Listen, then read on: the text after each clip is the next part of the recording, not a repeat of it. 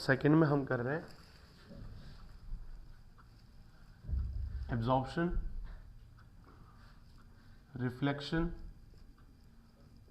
और emission. Transmission लिख ले इसको, एमिशन भी लिख लो, कोई दिक्कत नहीं है सर। ट्रांसमिशन, अब ये होता क्या है गौर से समझना, ठीक है। सबसे पहले हम देखते बेटा, मान लो हमारे पास में एक बॉडी है, ठीक है, ये वो सोलर प्लेट है। देखो एक बात समझाता हूं, मान लो आपके पास में एक स्पेस सैटेलाइट बनाने का प्रोजेक्ट आया, ठीक है। आप लोगों ने उस स्पेस सैटेलाइट के प्रोजेक्ट को ऐसे यूज किया कि उसके जो विंग्स बनाते हैं वो विंग्स हमारे पास में कौन से होने चाहिए, सोलर पैनल के होने चाहिए, ताकि हम रेडिएशन को एब्जॉर्ब कर सकें। जैसे हम रेडिएशन को एब्जॉर्ब करेंगे तो हमारा कुछ ना कुछ इंस्ट्रूमेंटेशन काम करने लगेगा, कुछ ना कुछ जो सोलर रेडिएशन एनर्जी है वो हम इलेक्ट्रिकल एनर्जी में कन्वर्ट करके उससे हमारे सारे इंस्ट्रूमेंट रन कर सकते हैं। राइट और रॉन्ग? राइट। फिर हमें क्या करना है वहां पे, फिर हम उसके मटेरियल को सेलेक्ट कर रहे हैं। हमें जो मूवमेंट करना होता है वो मूवमेंट भी हमारे उसी मटेरियल पे डिपेंड करता है। समझे मेरी बात? नहीं समझे? आप ये सोचो, अगर मान लो आपने किसी बॉल के ऊपर, बॉल से किसी दीवार के ऊपर एक बॉल को ऐसे मारना है, ठीक है, तो आपने उसको मारा बॉल को और वो बाउंस होके वापस आया, आएगा कि नहीं आएगा? तो आपने उस बॉल से उस दीवार के ऊपर कितना फोर्स एक्सर्ट किया? इनिशियल मोमेंटम P1 किस साइड में? आई कैप में। फाइनल मोमेंटम किधर है? P होगा। अगर वो इलास्टिक कॉलिजन कर रहा है, जिस मोमेंटम से जा रहा है उसी मोमेंटम से वापस आएगा। कॉलिजन का मतलब मोमेंटम कंजर्वेशन है, तो जिस P से जा रहा है उसी P से वापस आएगा। अरे आएगा कि नहीं आएगा? आएगा ना, उसी P से वापस आएगा। अब सोचो, इनिशियल जो हम लिखते हैं F इजिकल्स टू dp/dt, तो P फाइनल कितना है? माइनस का P है, और P इनिशियल कितना है? P है, प्लस का P है। दोनों मिलके क्या हो जाएंगे? नहीं, दोनों मिलके जीरो नहीं हो जाएंगे, माइनस का 2P हो जाएगा। डेल्टा P कितना होता है? P2 माइनस P1 है, तो P2 की वैल्यू कितनी है? माइनस P माइनस P1, तो दोनों मिलके क्या हो गए? माइनस का 2P। तो हमने इधर फोर्स एक्सर्ट किया कि नहीं किया? फोर्स एक्सर्ट तो हुआ ना, और डबल फोर्स एक्सर्ट हुआ। अब सोचो, अगर कोई बॉडी के ऊपर कोई पार्टिकल आके गिरता है, लाइट एक पार्टिकल है कि वेव है? दोनों है। लाइट क्या है? पार्टिकल और वेव दोनों है। हम मान लेते हैं एक बार की पार्टिकल है, जिसको हम फोटॉन्स बोलते हैं। एनर्जी के पैकेट्स होते हैं, क्वांटा, फोटॉन्स, नाम सुना है? तो वो अगर आके गिरे तो उसने मोमेंटम प्रोवाइड करवाया नहीं करवाया? उस मोमेंटम से हमें फोर्स मिला नहीं मिला? और हमारा कुछ मास है, तो force equals to m into a, तो क्या हमें a प्रोवाइड हो गया? अगर हमें एक्सेलरेशन मिल गया, इट मीन्स हम क्या सोच रहे हैं कि हम मूवमेंट कर रहे हैं। नहीं समझे? हम मूवमेंट कर रहे हैं। इसीलिए तो उरी मूवी के अंदर क्या बोला गया था, याद आया कुछ? देखी नहीं? तो देखो, उरी मूवी में वो कहता है कि आपका जो स्पेस सैटेलाइट है, राइसैट 1 या राइसैट 2, वो दोनों में से कोई भी एक मुझे वहां पे चाहिए, रायसना हिल में उसका ब्रॉडकास्ट कर दो, और मुझे कश्मीर के ऊपर चाहिए। मान लो वो अभी एट प्रेजेंट अमेरिका में है, तो सैटेलाइट पे जाता है। सैटेलाइट में जाके वो क्या कहता है, वो इसरो में फोन करता है, तो इसरो वाले वहां सिग्नल भेजते हैं। वहां सिग्नल भेज के क्या करते हैं, वो एंगल को ऐसे कर देते हैं।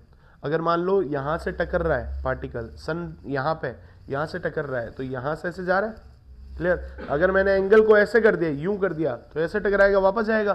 तो 2P ज्यादा मिल रहा है नहीं मिल रहा मोमेंटम? जितना ज्यादा मोमेंटम एक्सचेंज उतना ज्यादा फोर्स, जितना ज्यादा फोर्स उतना ज्यादा एक्सेलरेशन, और वो उतनी ज्यादा एक्सेलरेशन से फास्ट मूव करके आ जाता है। तो समझे नहीं समझे?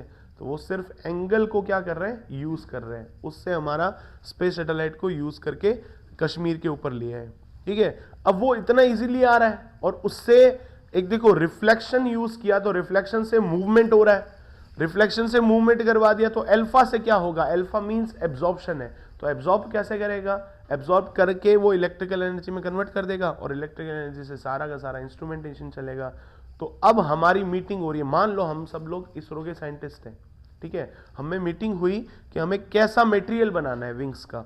तो आपने कहा कि सर इसका थोड़ा सा गो थ्रू कर लेते हैं, जो हमने 11th-12th में पढ़ा होगा उसको एक बार रिवाइज कर लेते हैं। तो हम 11th-12th में पढ़ लेते हैं उसको, देखो गौर से। तो कैसे हुआ, मान लो एक प्लेट है, ठीक है, इसके ऊपर एक एनर्जी इंसिडेंट हुई जिसको हमने इंसिडेंट एनर्जी ई बोल दिया।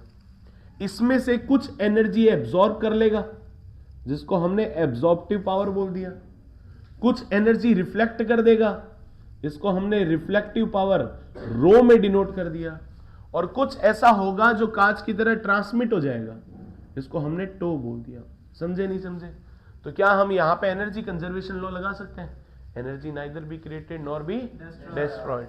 तो हमने कह दिया कि sir E is equal to क्या होना चाहिए, E अल्फा में जाएगा, E रो में जाएगा, E टो में जाएगा। टो मींस ट्रांसमिशन है। अगर मैं E का डिवाइड कर दूं सब में तो यहां 1 आ जाएगा। क्या बना, alpha by E plus E rho by E plus E tau by E। Correct और नॉट? ये क्या है, एक फ्रैक्शन है। टोटल एनर्जी में से कितनी एनर्जी आपने एब्जॉर्ब की है वो उसी का तो फ्रैक्शन है। नहीं समझे? अगर ये 100 है तो उसमें से 30 तुमने ले ली, 50 इसने ले ली, तो 20 ये लेगा ना। नहीं समझे? तो ये परसेंटेज में आ रहा है कि नहीं आ रहा? इट मींस ये कोफिशिएंट है। इस कोफिशिएंट का नाम दे दिया हमने अल्फा, इस कोफिशिएंट का नाम दे दिया हमने रो, इस कोफिशिएंट का नाम दे दिया हमने टो। इक्वल्स टू 1 होगा कि नहीं होगा? होगा। इसको हम बोलते हैं अल्फा। अल्फा क्या है? एब्जॉर्प्टिविटी। रो क्या है? रिफ्लेक्टिविटी। और टो क्या है? ट्रांसमिसिविटी। क्लियर? अब हम क्या क्या मटेरियल बना सकते हैं, इसकी क्या क्या पॉसिबिलिटी कर सकते हो? सबसे पहला मैं केस 1 करता हूं। अब आया देखो, जैसे मान लो कि अपने 4 लोग साइंटिस्ट हैं, 3 लोग साइंटिस्ट हैं, 1 2 3, हम 3 साइंटिस्ट हैं। हम लोगों में आपस में डिस्कशन हुआ और ये डायरेक्टर ऑफ एनाटॉमी बैठे हैं, डायरेक्टर ऑफ प्रोपेगेशन बैठे हैं, डायरेक्टर ऑफ जो इकोलॉजी के अंदर बैठे थे, जो भी होते हैं डायरेक्टर XYZ, वो सब लोग बैठे हैं। अब इनको चाहिए कि ना फटाफट ये मूवमेंट हो जाए, ऐसा सैटेलाइट चाहिए। इनको चाहिए नहीं सर मूवमेंट तो हो लेकिन फोकस अच्छा होना चाहिए, स्टैटिक भी हो सके। अब ये कह रहे हैं नहीं सर मुझे तो बहुत सारे इंस्ट्रूमेंट चलाने हैं, अंदर मुझे पावर भी ज़्यादा चाहिएगी, 2 किलोवाट से कुछ नहीं होने वाला, मुझे कम से कम 20 किलोवाट पावर चाहिए। तो इनको पावर भी चाहिए, इनको ये भी चाहिए, तो मैं कैसा मटेरियल बनाऊं, अपने कौन सा मटेरियल बनाए, इसका डिस्कशन चालू हो गया। ठीक है, वो मटेरियल बनाने के लिए हमारे पास में सारे केस कैसे आए वो देखो। मान लो फर्स्ट केस से हम बोल सकते हैं कि सर अल्फा 1 कर दे, अल्फा अगर 1 कर दे और रो को 0 कर दे और टो को भी 0 कर दे तो एक टाइप का मटेरियल बन सकता है। ठीक है, अगली बात करें, सर अल्फा इतना नहीं चाहिए, अगर तुमने सारा का सारा एब्जॉर्ब कर लिया, सारा का सारा एब्जॉर्ब कर लिया, ठीक है, तो क्या आप इसको ब्लैक बॉडी बोल सकते हो? ठीक है, आपने इसको ब्लैक बॉडी बोल दिया। इट मींस इन्होंने जो बोला कि सर मुझे तो सारा का सारा अच्छा सारा इंस्ट्रूमेंट चलाना है, समझे नहीं समझे? वो मैंने खूब सारे इंस्ट्रूमेंट लगा दिए इसमें। अगर आप मेरे से सिग्नल मांगोगे तो मैं फोटो भी भेज दूंगा, मैं वीडियो भी भेज दूंगा, मार्स के ऊपर चक्कर लगा रहे हैं वगैरह वगैरह ऐसा कुछ, मैं यहाँ की फोटोज भेज दूंगा और बहुत क्लियर पिक्चर भेजूंगा। समझ पा रहे हो? तो ऐसा अगर ट्रांसमिशन इससे भेजना है तो इसका इंस्ट्रूमेंट भी पावरफुल चाहिए। नहीं समझे? समझ गए? मान लो इसके अंदर ड्रिल करना है तो तुम छोटी सी मशीन लेके आओगे क्या? नहीं, बड़ी वाली मशीन, हैमर मशीन लेके आओगे। उसको चलाने के लिए पावर प्लग चाहिए। क्यों? क्योंकि पावर ज्यादा चाहिए। समझे? इस वजह से हम ये कहते हैं कि सर इसको हैवी इंस्ट्रूमेंट चलाना है। अगर हैवी इंस्ट्रूमेंट चलाना है तो हैवी पावर चाहिए। अगर हैवी पावर चाहिए इट मींस आपको अल्फा बहुत ज्यादा एब्जॉर्ब करना पड़ेगा, मतलब आपको जो रेडिएशन पावर आ रही है उसको बहुत अच्छे से एब्जॉर्ब करना पड़ेगा। क्लियर है? तो अल्फा तुमने 1 ले लिया कि सर ट्रांसमिट हम नहीं करना चाहते तो ट्रांसमिशन 0 कर दिया, आपने रिफ्लेक्ट भी नहीं करना चाहते तो रिफ्लेक्शन भी 0 कर दिया। तो सर रिफ्लेक्ट 0 कर दिया तो बॉडी मूव कैसे करेगी? समझे मेरी बात? नहीं समझे? गौर से देखना। अगर मैं एक और समझाता हूं तुम्हें। मान लो ये प्लेट है, ठीक है, यहां से incident ray I P momentum लेके, क्लियर, यहां से टकरा के वापस जाएगी पी मोमेंटम लेके। कब जाएगी? अगर इसका रो इक्वल्स टू 1 होगा तो। नहीं समझे? अगर इसका रो इक्वल्स टू 1 हुआ तभी तो परफेक्टली रिफ्लेक्ट होगा ना, कुछ भी इसने एब्जॉर्ब नहीं किया, कुछ भी ट्रांसमिट किया, जो आया वो सारा का सारा रिफ्लेक्ट कर दिया, ठीक है। तो अब बताओ यहां पे एफ की वैल्यू कितनी आ जाएगी, delta P by delta T आएगी कि नहीं आएगी। तो एफ की वैल्यू, डेल्टा पी की वैल्यू, ये पी फाइनल है, ये पी इनिशियल है, पी फाइनल की वैल्यू कितनी है पी, और इसकी वैल्यू भी कितनी है पी। नहीं समझे। तो अब बताओ डेल्टा पी की वैल्यू कितनी हो जाएगी, P final minus P initial by delta T, ठीक है। पी फाइनल की वैल्यू बताओ, P J cap minus P, इसकी वैल्यू कितनी है पी माइनस का J cap divided by delta T. तो कितना आ गया 2p बाई डेल्टा टी। तो फोर्स तुम्हें कितना मिल रहा है 2p बाई डेल्टा टी। नहीं समझे, समझ गए। मान लो इसकी जगह ये तो था आपका परफेक्टली रो इक्वल्स टू 1 वाला मटेरियल, ठीक है। मान लो मैंने अल्फा इक्वल्स टू 1 वाला मटेरियल ले लिया, तो क्या होगा, हम बॉक्स बना के देख लेते हैं। यहां से आया पी मोमेंटम लेके, वापस जाएगा क्या, नहीं जाएगा। क्यों, क्योंकि अल्फा 1 है, सारा कुछ एब्जॉर्ब कर लिया, वापस भेजेगा ही नहीं। नहीं समझे, समझ गए। तो यहां पे delta P by delta T, force की वैल्यू कितनी हो जाएगी, P final minus P initial divided by delta T. P final की वैल्यू बताओ 0 माइनस पी इनिशियल की वैल्यू बताओ पी माइनस का जे कैप बाई, तो कितना मिला पी बाई, समझे नहीं समझे। अब बताओ मूव कौन करवा रहा है, मूव ज्यादा कौन करवा रहा है। अगर तुम्हारे पास में रो की वैल्यू ज्यादा होती है तो देखो फोर्स इसमें ज्यादा है, जितना ज्यादा फोर्स होगा उतना एम ए लिख दू इसको, F equal to m a. तो एक्सेलरेशन की वैल्यू कितनी है 2p by m delta T. यहां पे एक्सेलरेशन कितना आया p by m delta t. Clear और नॉट।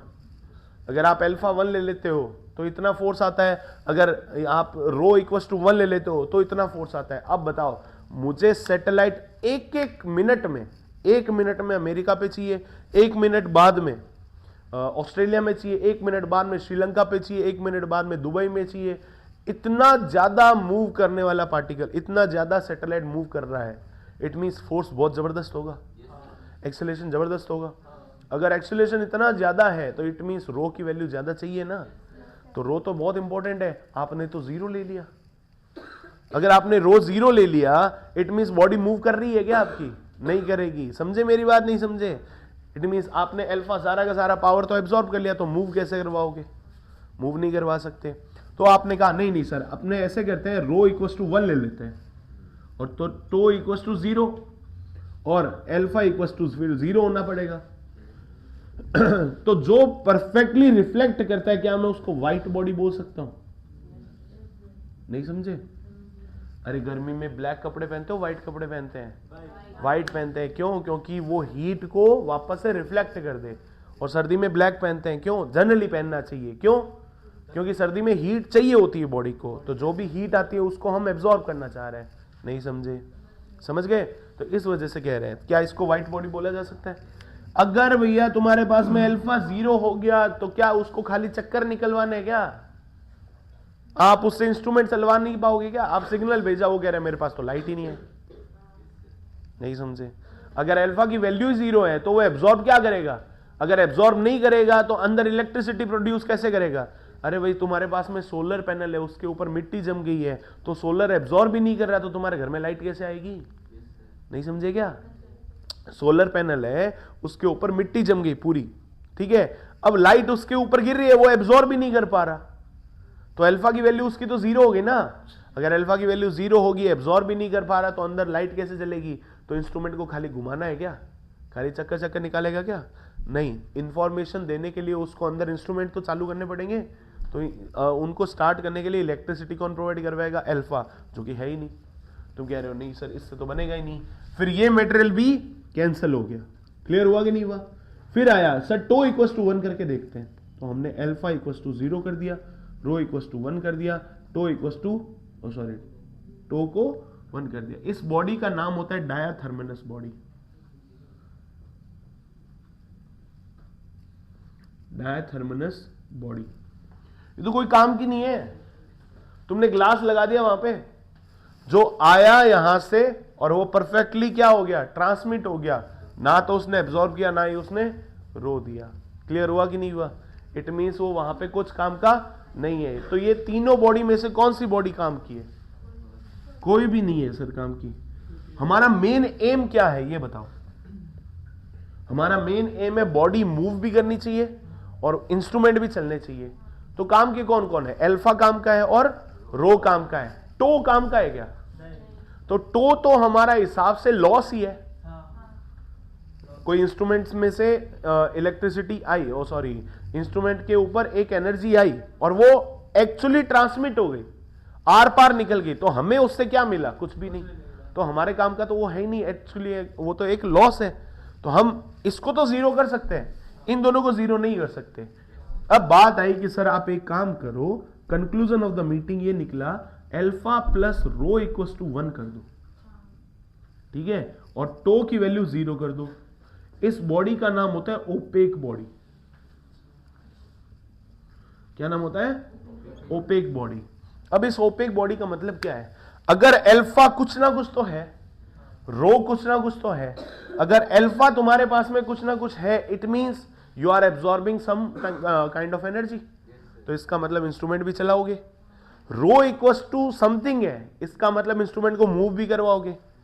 नहीं समझे मेरी बात? मान लो आपको एक स्पेस सैटेलाइट बनाना है, स्पाई टाइप का, जो सिर्फ नजर रखे, सिर्फ फोटोज भेजे कि हाँ कश्मीर में अभी ये चल रहा है, लाइव फीडिंग भेज देवे। नहीं समझे मेरी बात? ऐसा अगर तुमने एक बनाया, तुमने परमाणु मूवी देखी है? परमाणु मूवी के अंदर अमेरिका का एक लैक्रोस सैटेलाइट है, वो सिर्फ फोटो भेजता है और फोटो ऐसी क्लियर भेजता है कि आपके हाथ में घड़ी पहनी होती है उसका भी वो फोटो भेज सकता है कि अभी टाइम क्या हुआ है। इसी के जरिए हम लोगों ने एक न्यूक्लियर अटैक को, मतलब न्यूक्लियर पावर हम बने थे। पोखरण रेंज के अंदर है ना, देखा है तुमने कभी? पोखरण रेंज के अंदर, पोखरण मूवी देखना, आपको सब समझ में आ जाएगा। कह रहे मूवी देखा करो, साइंटिफिक मूवी देखा करो, अच्छा लगेगा, ठीक है। उसमें क्या होता है, अगर वो सैटेलाइट हमारे ऊपर है और वो रोज एक फोटो खींच के जाता है, तो मतलब समझो इसका, अगर तुमने वहां पे सिर्फ फोटो ही खींचना है तो अंदर इंस्ट्रूमेंट तो कम है ना। एक होता है तुम्हें लाइव भी देना है। समझो एक बार मोबाइल खरीदने गए आप लोग, ठीक है, तो मोबाइल उसको कहा कि भैया क्या क्या चलने, मुझे खाली फोन करना है, तो वो कीपैड वाला दे देगा। मुझे खाली फोन करने के लिए चाहिए, वो कीपैड वाला दे देगा, उससे खाली फोन हो सकता है। तुमने कहा नहीं सर मुझे कीपैड वाला दो, उससे मतलब नहीं है, मुझे यहाँ पे फोटोज अच्छी आनी चाहिए, तो वो कह देगा कि कैमरा अच्छा क्वालिटी का दे दो, प्रोसेसर कैसा है मुझे मतलब नहीं है। तुमने कहा मेरा प्रोसेसर भी बहुत हाई फाई होना चाहिए, ठीक है, मेरे प्रोसेसर के बाद में कूलिंग भी उसकी अच्छी होनी चाहिए, ऐसा नहीं है हीटिंग करे वगैरह वगैरह, तुमने सारी टेक्नोलॉजी बता दी, तो जो लेटेस्ट फोन होगा वो दे देगा तुम्हें। नहीं समझे, है ना? तो मतलब जितना ज्यादा लेटेस्ट फोन होगा, सब में 5000 mAh की बैटरी लगा दूं, तो सबसे ज्यादा डिस्चार्ज सबसे पहले कौन होगा? जिसमें ज्यादा चीजें चल रही है, ऑब्वियस है। तो मतलब उसका अल्फा ज्यादा है ना। अब उसको एक फोटो ही खींचना है, तो सिर्फ वो फोटो खींचने के लिए कितना पावर चाहिए? बहुत कम पावर चाहिए। तो उसकी डिजाइन आप ओपेक बॉडी के लिए करोगे। अब ओपेक बॉडी भी अलग अलग टाइप की हो जाएगी।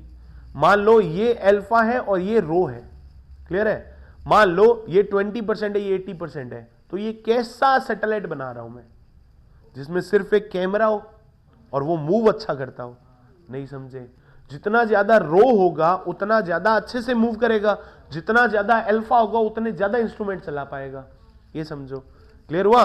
तो जितना ज्यादा अल्फा उतने ज्यादा पावर, और जितना कम अल्फा उतना कम पावर, जितना ज्यादा रो उतना ज्यादा मूवमेंट, जितना कम रो उतना कम मूवमेंट। क्लियर हुआ कि नहीं हुआ? ऐसा कुछ है। अब हमें एक सैटेलाइट बनाना है जो सिर्फ क्या करे, फोटोज खींचे और मूवमेंट ज्यादा करे, तो हम क्या करेंगे, अल्फा कम बन दे देंगे, रो ज्यादा दे देंगे। अब तुम्हें ये चाहिए, नहीं मुझे सिर्फ इंडिया की इमेज ही चाहिए, ठीक है। इंडिया में क्या क्या हो रहा है, जैसे ब्रॉडकास्टिंग वाले करते हैं ना, लोकल न्यूज चैनल वाले, जो लोग क्या करते हैं, फ्रीक्वेंसी भेजते हैं, वापस से फ्रीक्वेंसी आती है, तो देखिए हमारे रिपोर्टर ने ये रिकॉर्ड किया है, वो रिकॉर्ड किया है, कहां पे, इंडिया में। तो इंडिया तो एक छोटा सा रीजन है। अरे नहीं समझे क्या? इंडिया तो एक छोटा सा रीजन है, उस रीजन के ऊपर नजर रखने के लिए उसको मूवमेंट कितना करना पड़ेगा, यहां से यहां तक, यहां से यहां तक, बस इतना ही तो करना पड़ा। तो रो की वैल्यू कम चाहिए कि अल्फा की वैल्यू कम चाहिए? रो की वैल्यू कम चाहिए, अल्फा की वैल्यू ज्यादा चाहिए, वो हम मॉडिफाई कर सकते हैं। तो फाइनली इस मीटिंग का डिस्कशन क्या निकला, हमें ओपेक बॉडी लेनी चाहिए, ठीक है। और आप बताओ कि आपकी क्या रिक्वायरमेंट है, आपको कैसा सैटेलाइट चाहिए, उसके हिसाब से हम मटेरियल चूज करेंगे। समझे मेरी बात, नहीं समझे? ये होता है लिटरेचर सर्वे। पहले सर्वे किया जाता है, पहले रिसर्च की जाती है कि आपको चाहिए क्या, आप अपने ऑब्जेक्टिव्स बताओ, तब हम उसके हिसाब से मटेरियल सेलेक्ट करेंगे। क्लियर और नॉट? क्लियर है ना? तो ये है ओपेक बॉडी। डन। ये पूरी की पूरी ये चीज, पूरा ये अपने पढ़ेंगे मॉडर्न फिजिक्स में ड्यूल नेचर ऑफ लाइट में।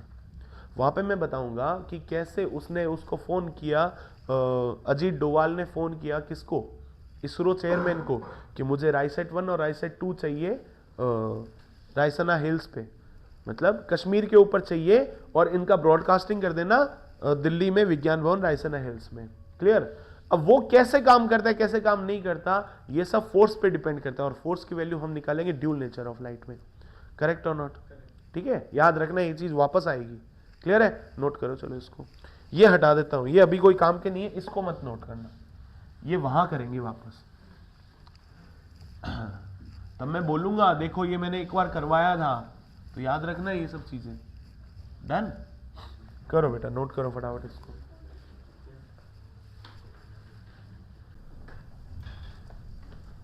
स्टार्ट करते हैं फिर नेक्स्ट, एमिसिव पावर।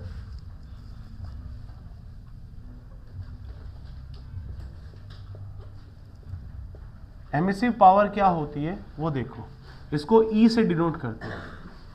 तो emissive power E can be defined as radiant energy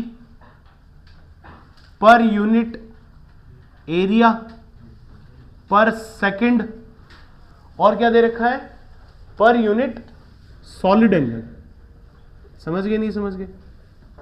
इसको बोलते हैं सॉलिड एंगल की कोई डायमेंशन नहीं होती है, तो हिसाब से E को हम एक एनर्जी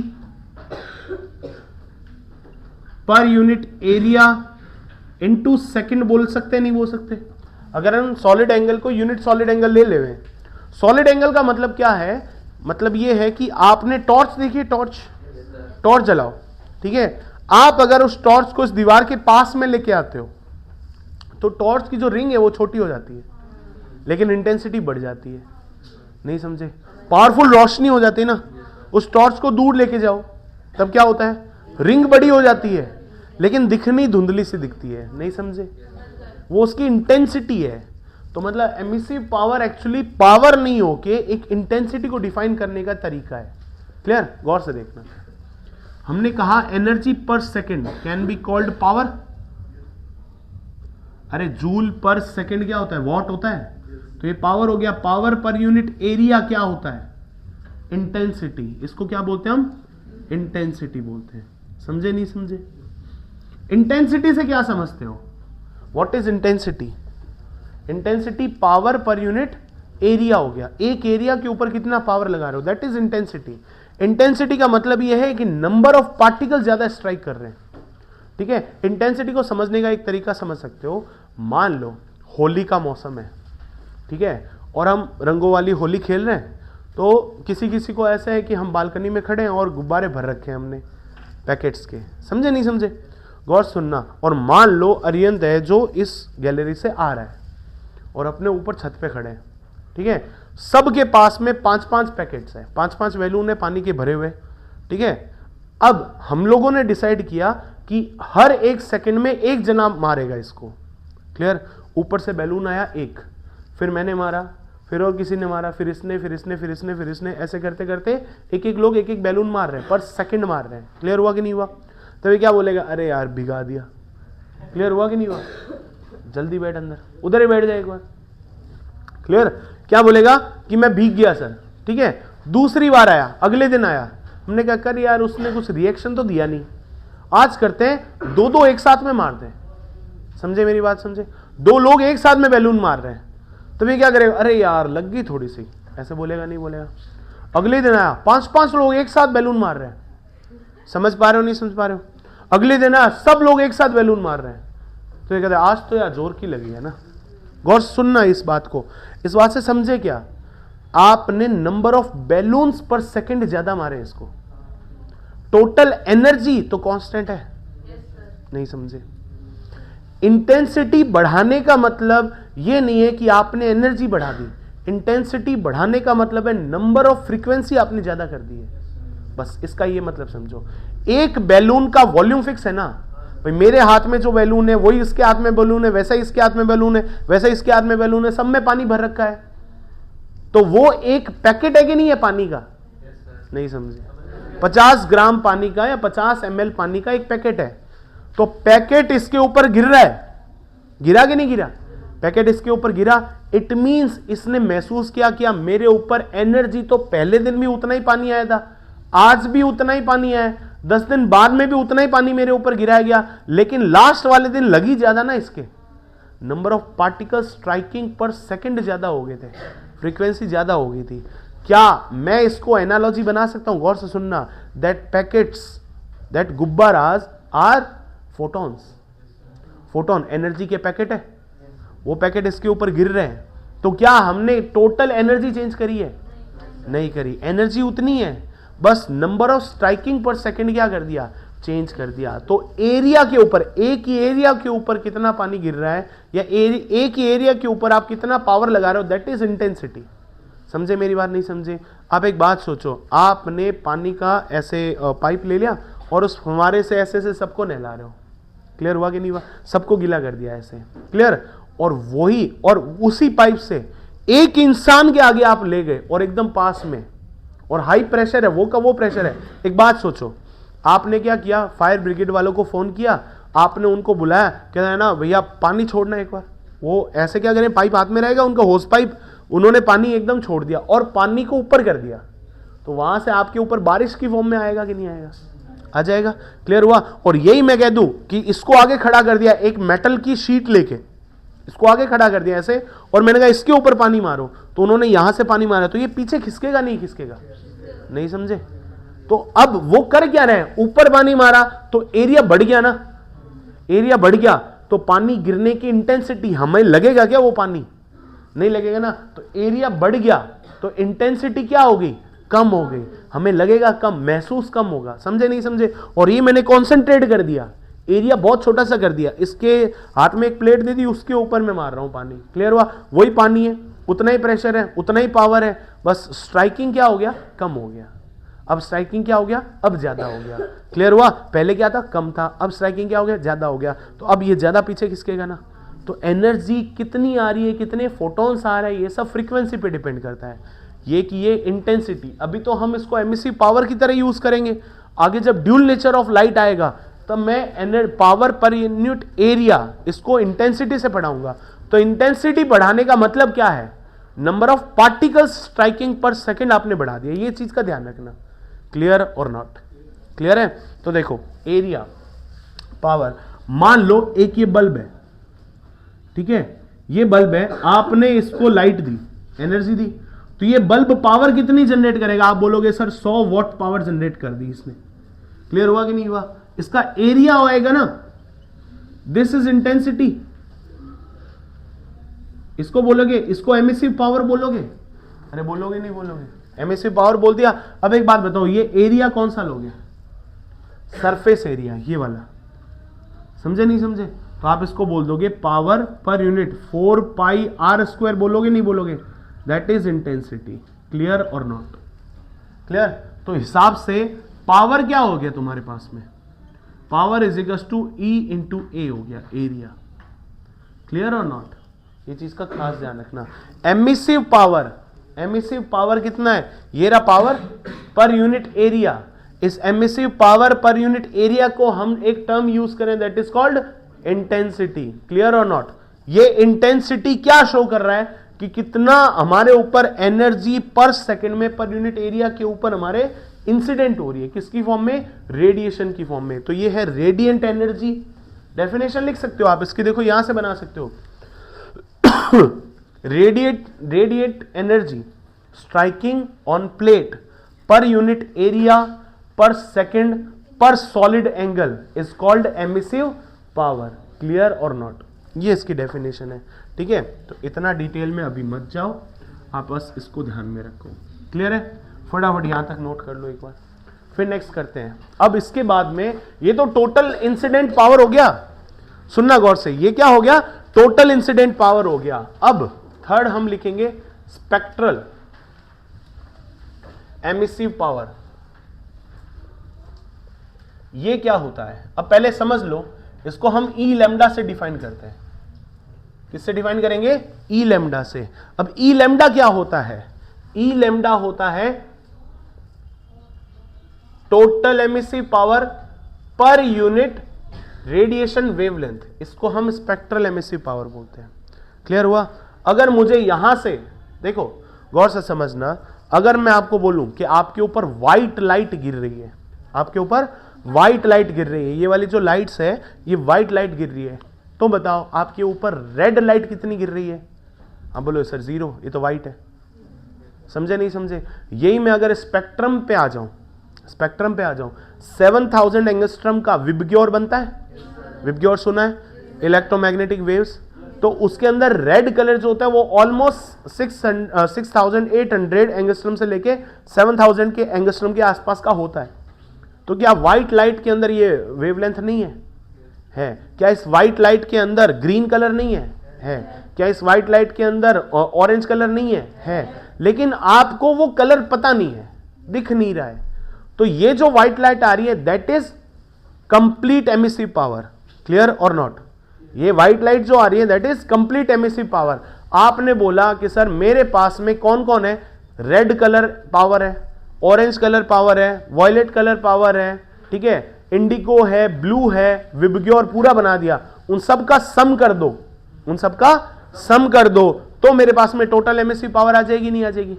तो पर्टिकुलर वेवलेंथ के लिए जो एमिसिव पावर दिखाई जाती है उसी को हम क्या बोलते हैं? Spectral emissive power. समझ में आया कि नहीं है? ठीक है, तो क्या हम इससे वापस से ई बना सकते हैं? यस, बना सकते हैं। कैसे? देखो, E lambda into D lambda equals to D E हो जाएगा। ये क्या है? Total emissive power.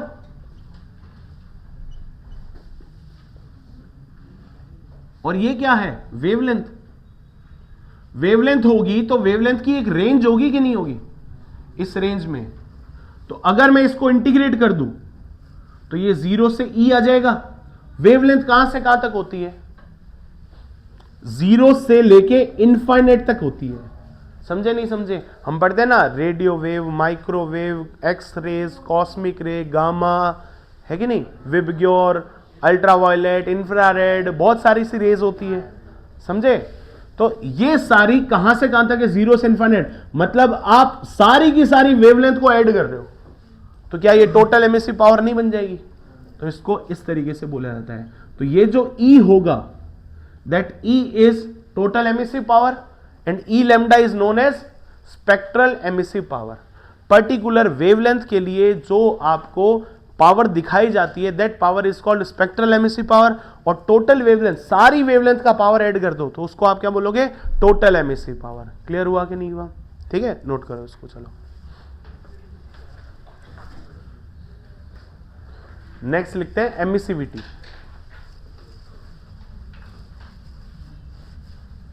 Easy terminologies है और कुछ नहीं।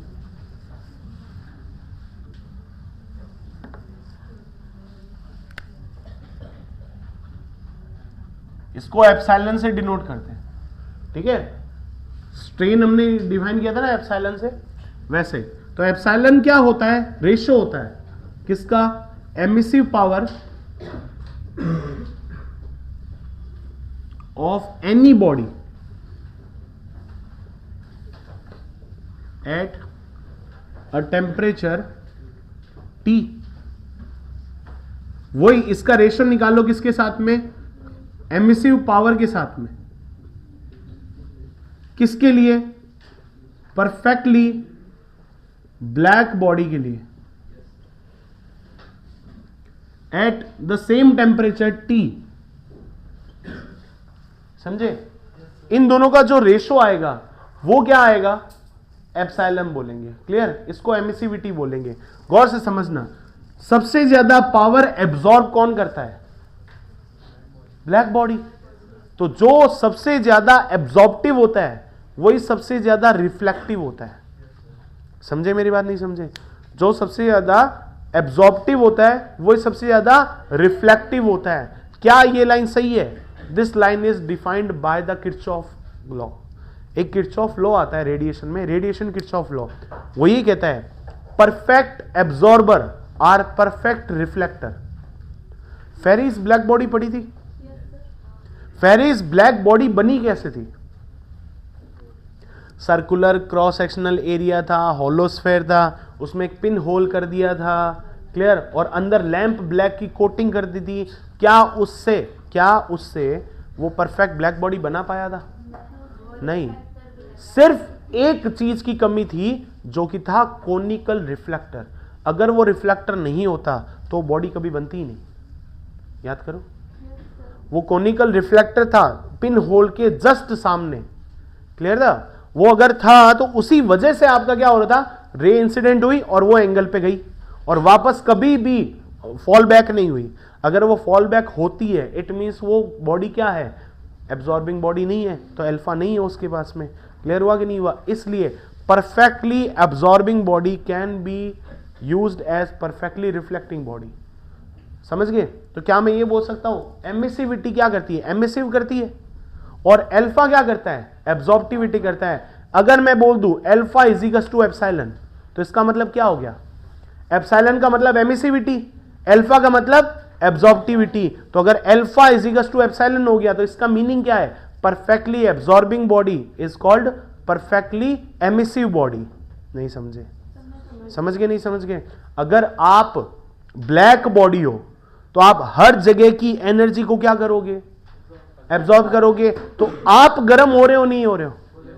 और एक रेडिएशन का लॉ है, above 0 kelvin you will radiate the heat. तो आपका टेम्परेचर बढ़ रहा है तो आप हीट भी तो क्या कर रहे हो, रिलीज कर रहे हो ना। तो जितना एब्जॉर्ब कर रहे हो उतनी रिलीज कर रहे हो यार। अब भी नहीं समझे? तो alpha is equal to epsilon. Clear हुआ कि नहीं हुआ? ये चीज समझो।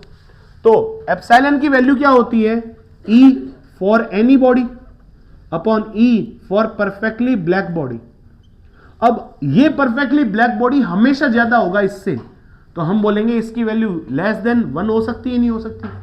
यस, बिल्कुल लेस देन 1 ही होगी। क्लियर? तो हम E की यूनिट लिखते हैं। ये यूनिट क्या है, ये डायमेंशन लेस है, यूनिट लेस है, क्योंकि ये एक रेशो है। क्लियर और नॉट? अब एप्सिलॉन की वैल्यू क्या 0 से हमेशा ज्यादा होगी? सोच के देखो, कोई एक ऐसी बॉडी है जो कि कोई भी एमिसिविटी करती नहीं है, क्या एक ऐसी बॉडी हो सकती है? कोई भी ऐसी बॉडी, दुनिया की एक ऐसी बॉडी लेके आओ जो पावर को एमिट करती नहीं हो रेडिएशन में, कोई ऐसी बॉडी नहीं है। इसका मीनिंग समझना, बहुत अच्छा मीनिंग है। थर्मोडायनेमिक्स का एक रूल है थर्ड, नर्न्स लॉ, उसको बोलते हैं थर्ड लॉ ऑफ थर्मोडायनेमिक्स। पढ़े ना तुमने? 3 लॉ तो पढ़े हैं, 0th law of thermodynamics, first law of thermodynamics, second law of thermodynamics, एक और रूल होता है थर्ड लॉ ऑफ थर्मोडायनेमिक्स। ई नर्न्स ने दिया था, NERNEST, एक साइंटिस्ट था, उसने बोला था कि at 0 kelvin nothing is there. 0 kelvin temperature पे कुछ भी नहीं होता है, ना हीट होती है, मतलब पार्टिकल भी नहीं होता है। अब बोलो, इसका मतलब ये हो गया ना 0 केल्विन तो पॉसिबल ही नहीं है। वो कह रहा है 0 केल्विन पे कुछ भी नहीं है, मास भी नहीं है, और इन्वायरमेंट भी नहीं है, प्रेशर भी नहीं है, वेलोसिटी भी नहीं है, कुछ भी नहीं है, मतलब नथिंग इज देयर। तो इसका मतलब 0 kelvin temperature is intangible object, वहां पे हम पहुंच ही नहीं सकते। क्लियर? और हमने एक और रूल पढ़ा है कि कोई भी बॉडी हो, एनी बॉडी, रेडिएशन करेगी नहीं करेगी अगर वो 0 केल्विन से ऊपर होती है तो हर बॉडी 0 केल्विन से ऊपर है। 0 डिग्री सेंटीग्रेड नहीं बोल रहा, 0 केल्विन बोल रहा हूं। 0 केल्विन मतलब माइनस का 273 डिग्री सेल्सियस, कितना कम हो गया, -40 -50 डिग्री सेल्सियस होता है। सियाचिन वगैरह में जाओ तो वहां अगर आप हाथ भी बाहर निकाल लेते हो तो 1 मिनट में नंब पड़ जाएगा और टूट जाएगा। सोचो, हम तो -273 की बात कर रहे हैं, कितना खतरनाक कोल्ड है कि नहीं? तो ये -273 degree Celsius is not approaching. Clear? यहां तक हम नहीं पहुंच सकते। तो हर बॉडी एमिशन करेगी, हर बॉडी एमिशन करेगी, तो इसकी वैल्यू 0 कभी भी नहीं हो सकती। तो इसका मतलब एप्सिलॉन की वैल्यू हमेशा 0 से बड़ी होगी। क्या 1 के इक्वल हो सकती है? आइडियली हो सकती है। अगर हमने ब्लैक बॉडी बना दी, परफेक्टली ब्लैक बॉडी बना दी, तो emissive power for black body upon black body क्या हो जाएगा? 1 हो जाएगा। तो क्या यह पॉसिबल है yes it is possible for perfect black body, for real bodies ये हो जाएगा। नहीं समझे? अगर हम ये बोलें this holds for ideal black body, perfect black body, अगर मैं बोल दूं for real bodies, real bodies के लिए बोलूं तो 0 से तो ज्यादा ही होगा लेकिन 1 से कम होगा। समझे मेरी बात? नहीं समझे? आइडियली ब्लैक बॉडी है तो इसका मतलब एप्सिलॉन 1 होने की पॉसिबिलिटी है, परफेक्टली ब्लैक बॉडी बन सकती है वो। समझे नहीं समझे? तो ये 0 और 1 के बीच में है तो 1 भी हो सकता है, बट रियल बॉडीज के लिए क्या हो जाएगा? 1 से कम हो जाएगा। समझे मेरी बात? नहीं समझे? चलो नोट करो उसको फटाफट।